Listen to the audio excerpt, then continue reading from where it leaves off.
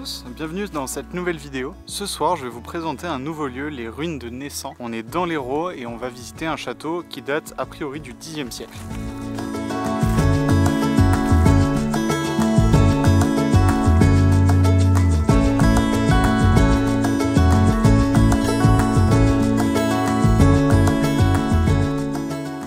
Alors les ruines de Naissant, c'est vraiment quelque chose que j'avais pas attendu et que j'avais pas l'intention de photographier même aujourd'hui. Je trouve ça assez marrant de vous le raconter.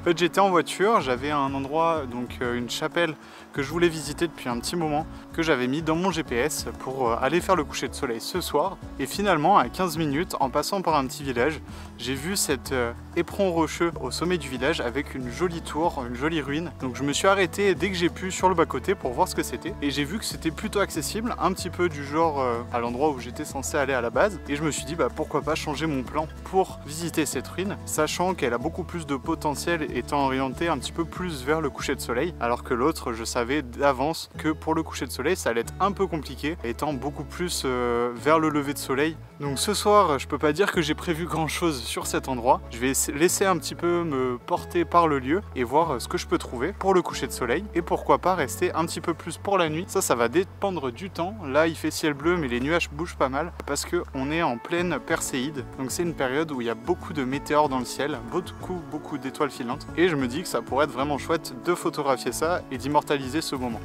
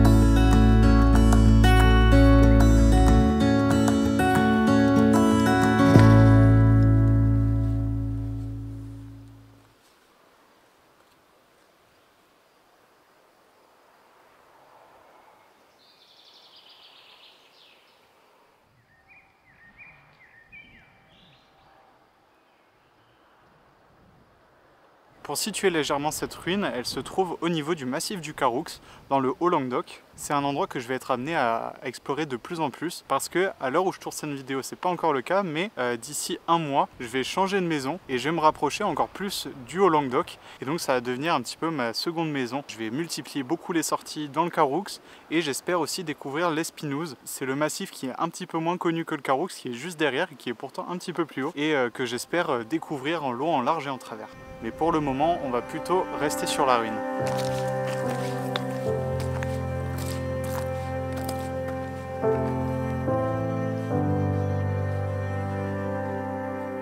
C'est vraiment magnifique. Là, je commence à arriver en haut du sentier. On a une vue dégagée sur le côté droit, sur le côté gauche. On a une vraiment très belle vue. Et juste devant moi, on a nos ruines qui nous attendent. J'ai hâte de découvrir ça.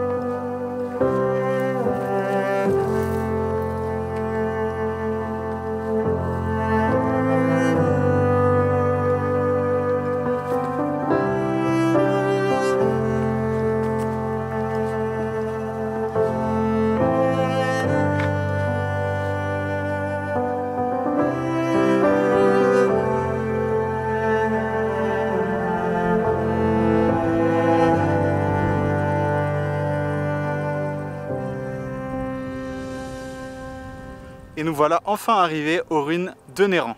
Il me reste environ 1h30 avant que le soleil ne se couche. Mais vu qu'on est dans les montagnes, le soleil va passer plus rapidement en dessous de l'horizon. Et vu d'en bas, j'avais pas du tout idée de la topologie de l'endroit. Et je suis pas sûr au final de prendre en photo la tour qui est derrière nous. Parce que on a ce gros massif que je viens de monter du coup. Là vous voyez que c'est en contrebas. Donc on a l'endroit où je me pose actuellement qui va bloquer, je pense, très rapidement le soleil sur la tour. Et moi je pensais prendre ce sujet principal. Donc on va voir, je vais descendre, je vais explorer un petit peu. Sinon j'ai quand même quelques possibilités au sommet juste ici. Et on va voir ce que la soirée nous donne. Mais j'ai quand même quelques doutes concernant les nuages, il y en a quand même pas mal sur l'horizon et j'ai un petit peu peur que ça bloque le soleil. Allez, je descends.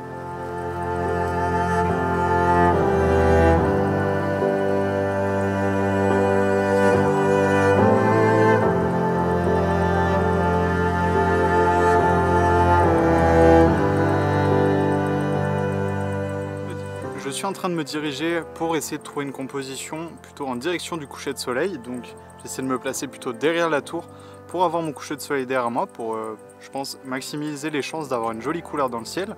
Mais en passant par ici, je suis tombé sur une composition qui pouvait être très sympa pour les étoiles justement, qui va se diriger entièrement vers l'est. De ce point de vue, comme vous pouvez voir rapidement derrière moi, on a quand même la tour qui se défait un petit peu du ciel et on a une possibilité de faire une photo grand angle avec le paysage aussi éclairé qui peut être très sympa parce que les ruines autour de cette tour forment des géométries, des lignes géométriques très harmonieuses qui mènent bien le regard et qui entourent bien le sujet. Et on a une bonne proportion du ciel juste derrière, donc je pense qu'on peut avoir quelque chose de vraiment très sympa. Aussi, l'avantage d'être face à ce côté-là, c'est qu'on est à l'opposé du coucher de soleil, donc on aura beaucoup plus rapidement des étoiles visibles.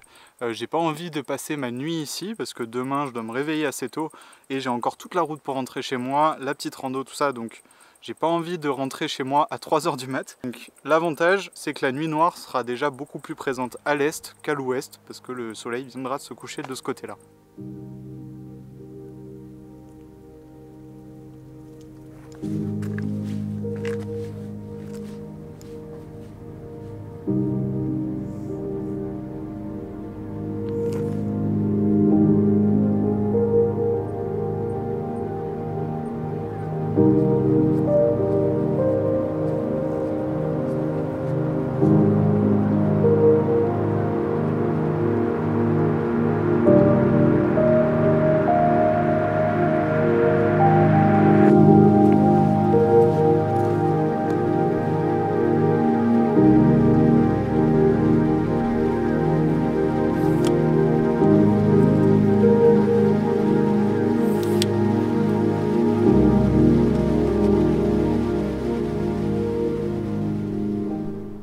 Alors je me suis mis sur un petit point culminant, donc à l'opposé, comme je l'ai dit, de la tour tout à l'heure, qui me permet d'avoir une vue vraiment prenante sur la tour et aussi sur le petit promontoire où j'étais tout à l'heure, où on a quand même pas mal de ruines avec un petit arbre au sommet, donc c'est vraiment magnifique. On a d'un côté la vallée, sur la gauche, sur la droite aussi on a une vallée avec des sublimes forêts, donc vraiment c'est incroyable, c'est vraiment épique comme endroit et je pense être arrivé pile à temps avant qu'il n'y ait plus de couleurs. Donc j'ai pris quelques photos, c'est des photos vraiment très basiques du lieu. J'ai essayé d'enlever toutes les distractions possibles qu'il pouvait avoir dans la photo, tout simplement en évitant d'avoir un premier plan parce que j'ai choisi de faire une photo au grand angle et on a déjà une scène qui est très chargée entre les nuages qu'on a devant, les vallées, les forêts, les ruines, tout ça, on a beaucoup de détails, beaucoup de choses dans la photo et dans ces cas-là je préfère éviter de la complexifier un petit peu trop en rajoutant un premier plan. S'il me sert plutôt à la simplifier, dans ce cas-là je pourrais en choisir un.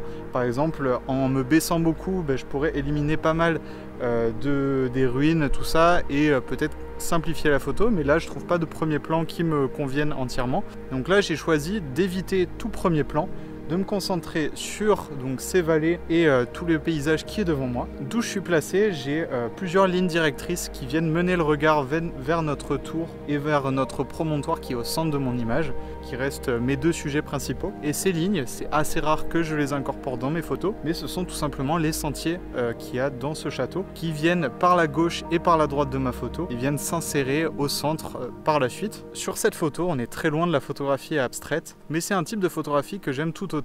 Pour moi, en photographie, on peut très bien créer de l'art, donc quelque chose qui soit n'est pas fait auparavant, quelque chose d'abstrait, vraiment une une représentation qui est vue artistique. Mais pour ma part, en tant que photographe de paysage, j'aime donc faire ce type de photos là, mais j'aime tout autant photographier les lieux et les immortaliser pour qu'il y ait toujours une trace de ces endroits. Et idéalement, là, c'est là qu'intervient le côté vraiment photographie de paysage, c'est photographier ces lieux sous leurs plus beaux jours, donc avec les plus belles lumières, les meilleures compositions, pour les mettre au mieux en valeur. Donc là, on se rapproche presque de la photographie de patrimoine, mais c'est quelque chose que j'apprécie, et étant très attaché à mon département, je suis heureux de photographier le patrimoine. D'un point de vue technique, cette photo, je fais du bracketing parce qu'on a un ciel vraiment très clair devant moi avec des ombres importantes dans les vallées et dans les ruines. Donc pour avoir entièrement les détails dans ma photo, je fais plusieurs expositions, une pour le ciel et plusieurs pour le paysage. J'en fais en moyenne 3-4 que je vais ensuite assembler sur Lightroom pour en faire une image et avoir entièrement tous les détails sans perdre trop de qualité. Attendez, là je pense que je vais shooter ça parce que on a plus le soleil, mais on a des rayons de soleil dans les nuages, donc c'est vraiment très joli. Je vous reprends après.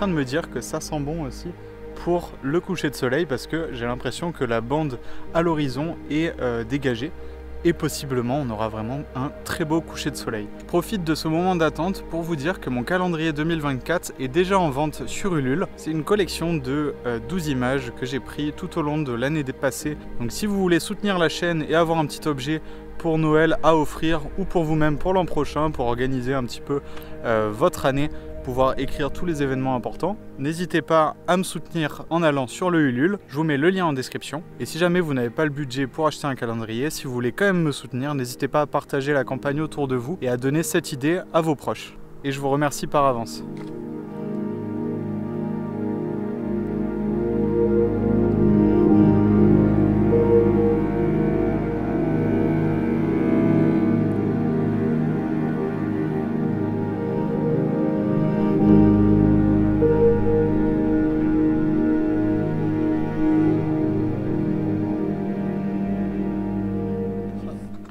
C'est juste parfait.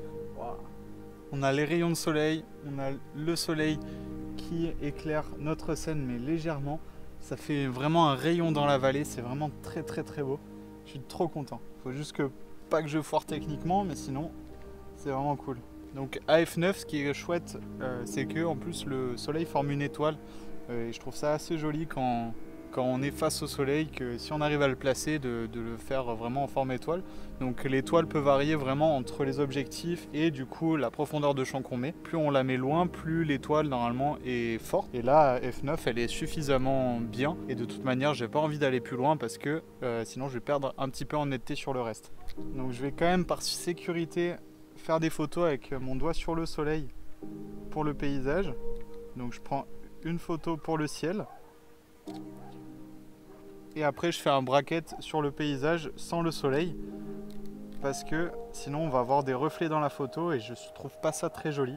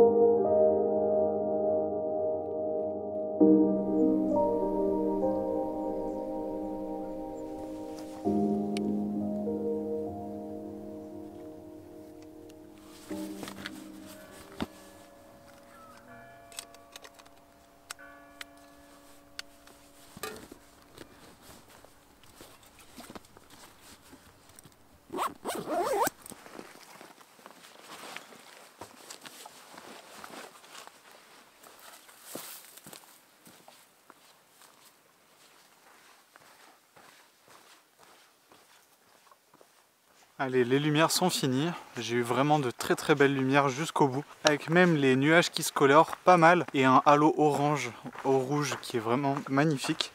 Donc j'ai eu beaucoup de chance. Là, je me dirige vers l'endroit de tout à l'heure pour essayer de photographier la tour avec les étoiles. Mais en attendant, on va se poser un peu et profiter de l'endroit et surtout manger. Parce que je commence à avoir un petit peu faim.